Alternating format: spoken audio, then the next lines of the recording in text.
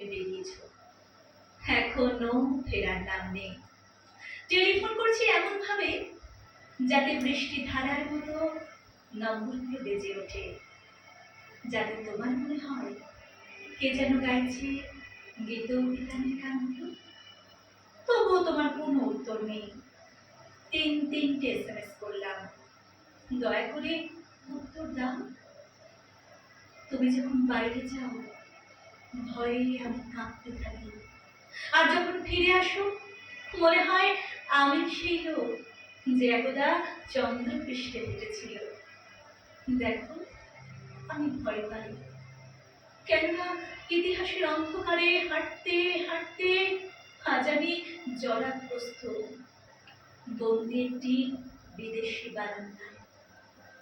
হ্যাঁ, বিচ্ছেদ, তা যত ঘন কালেরই হোক, তাকে আমি ভয় পাই। সব বিচ্ছেদের মধ্যেই রয়েছে মৃত্যুর স্বাদ। শান্ত বিকেলে দেবতার মতো দেবদারু গাছ হাজার কোনো মন্ত্র উচ্চারণ করে না, সোনালী সূর্যাস্তকে আহ্বান জানায় না কোনো ঊর্ধ্বগামী সন্ধ্যার আজান। সংহারের কালী মূর্তির মতো রাত্রি নাকি।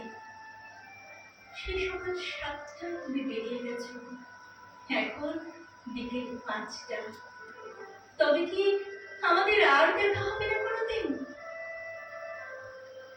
ইরাক জ্বলছে, আফগানিস্তানের পাহাড়ে পাহাড়ে হন্তারকদের সব মেশিন গান গর্জন করছে বারবার।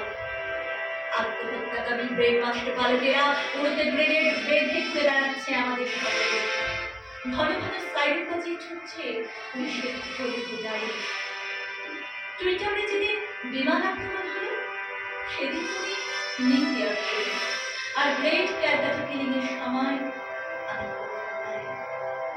আজীবন বিচ্ছেদ ধাবা ধরে আমি বেরিয়েছ সেই 7 সকালে, এখনো ফেরার নাম নেই।